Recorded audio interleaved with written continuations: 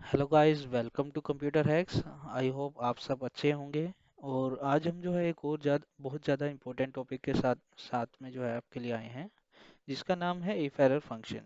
If error function जो है हमारे पास जो है एक फंक्शन इस तरीके का फंक्शन है जो कि एक एरर को छुपाने के लिए काम में आता है।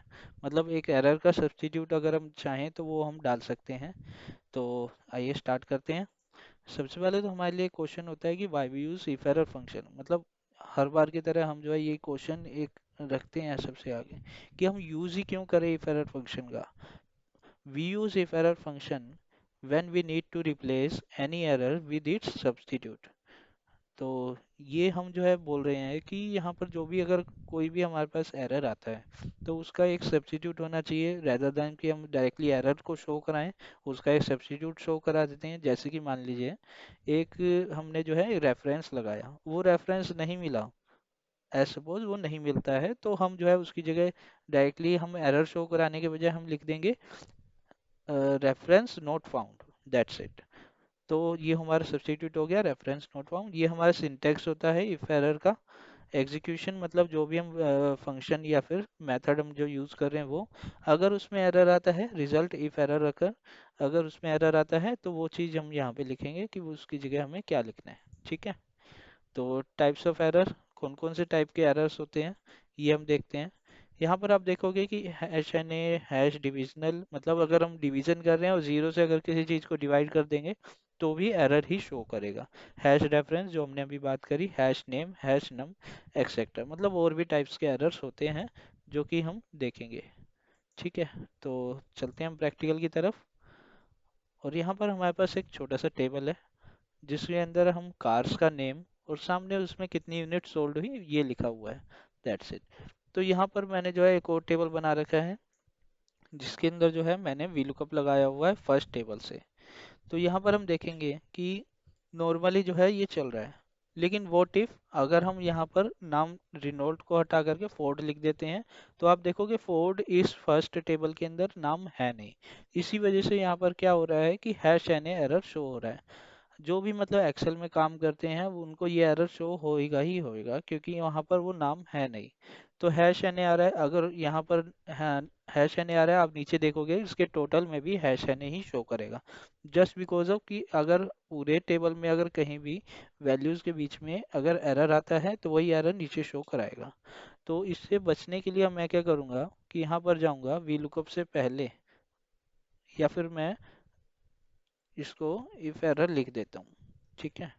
तो इफ एरर में सबसे पहला आप देखोगे तो वैल्यू आता है। वैल्यू मतलब जो हमने वहां पर एग्जीक्यूशन लिखा था, एग्जीक्यूशन हमारा ये वी लुकअप है, मतलब जो भी हम काम कर रहे हैं वो।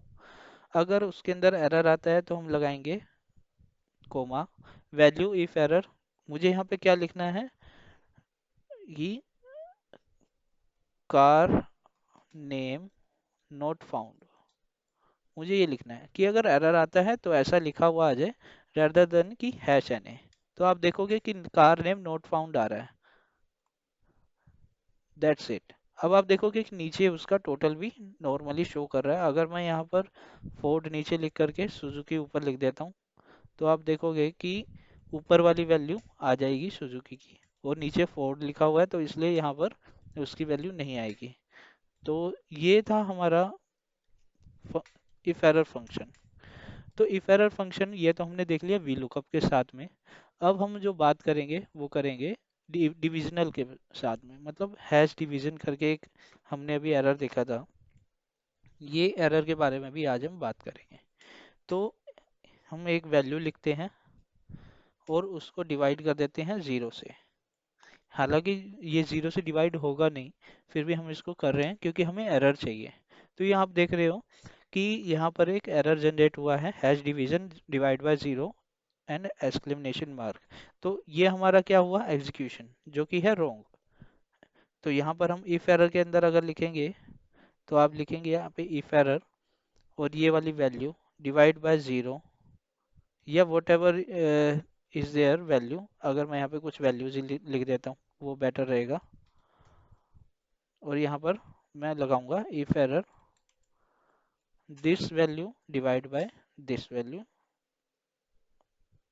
अगर एरर आता है तो यहाँ पे ऑटोमेटिकली ज़ीरो डाल देंगे। अब आप देखेंगे यहाँ पर कि हमारा जो एग्जीक्यूशन है वो किस तरीके से काम कर रहा है कि जी कॉलम में जो वैल्यू है वो हम डिवाइड कर रहे हैं एच कॉलम की वैल्यू से, और अगर वहाँ पर एरर आएगा तो वहाँ पर ऑटोमेटिकली ज़ीरो फिल हो जाएगा। तो ये हमारा फॉर्मूला है, लेकिन यहाँ पर अभी एरर नहीं है तो इसलिए यहाँ पर नॉर्मल चल रहा है। लेकिन यहाँ पर अगर मैं ज़ीरो डाल देता हूँ तो आप देखेंगे यहाँ पे ऑटोमेटिकली ज़ीरो फिल हो जाएगा, क्योंकि यहाँ पर अगर हम 234 है उसको अगर हम ज़ीरो से डिवाइड करेंगे तो एरर जनरेट कर होगा, जो कि हम नहीं चाहते, उसकी जगह हम इसलिए ज़ीरो शो करा रहे हैं। तो ये था हमारा इफ एरर की फंक्शनैलिटी। अगर आपको ये वीडियो अच्छा लगा हो तो आप इसको लाइक करें, शेयर करें और सब्सक्राइब करें। और ऐसे मोर इन्फॉर्मेटिव वीडियोस के लिए आप हमारे चैनल पे रेगुलर अगर बने रहना चाहते हैं तो आप हमारे व्हाट्सएप चैनल, जो मैं डिस्क्रिप्शन में लिंक दे रहा हूँ, उस पर आप आकर के फॉलो कर सकते हैं, जिसके अंदर आपको रेगुलर वीडियोस मिलती रहेंगी। सो आई होप आपको ये वीडियो इन्फॉर्मेटिव लगा होगा। सो आप अगर कुछ भी सजेशन भी देना चाहते हैं तो आप कमेंट कर सकते हैं। और thank you guys, thank you for coming, bye.